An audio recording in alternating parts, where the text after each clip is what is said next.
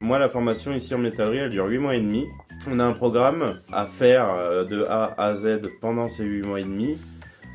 Pendant ce temps de formation, on a une période de stage en entreprise de 3 semaines. Sortir justement du contexte de l'apprentissage et voir la réalité des choses en entreprise, parce que forcément c'est différent. Il y a 3 ECF à passer pendant cette formation aussi.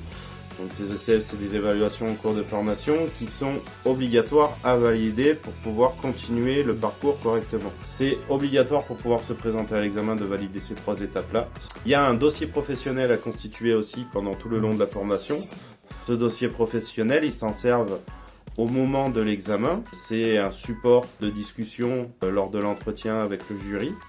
Et c'est aussi un support pour plus tard quand ils iront passer des entretiens d'embauche. Ça sert à l'entretien final au moment de l'examen, mais ça sert aussi tout au long de sa vie pour se constituer un book et montrer justement les réalisations. Pendant la formation aussi, on va aborder tout ce qui est technique de pose. Parce que justement on est lié au bâtiment et qu'on doit être en mesure de savoir comment faire pour que ça tienne. Et on va parler aussi des produits verriers.